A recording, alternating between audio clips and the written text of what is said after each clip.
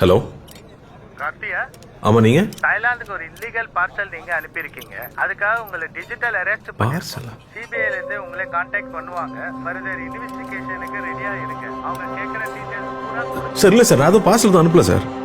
நீ கொஞ்சம் செக் பண்ணி பாருங்களேன் ப்ளீஸ். என்னடா என்னாச்சு?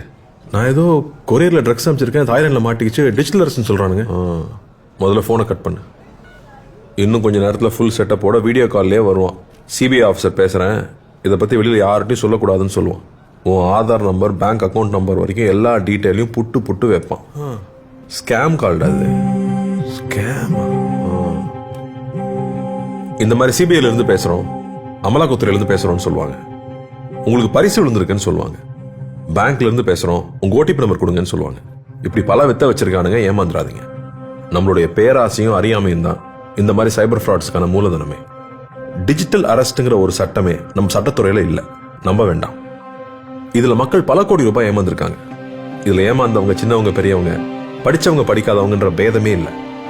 வீட்டில் இருக்கிற எல்லாரையும் எஜுகேட் பண்ணுங்க, முக்கியமா பெரியவங்க. Let's build a safer digital world.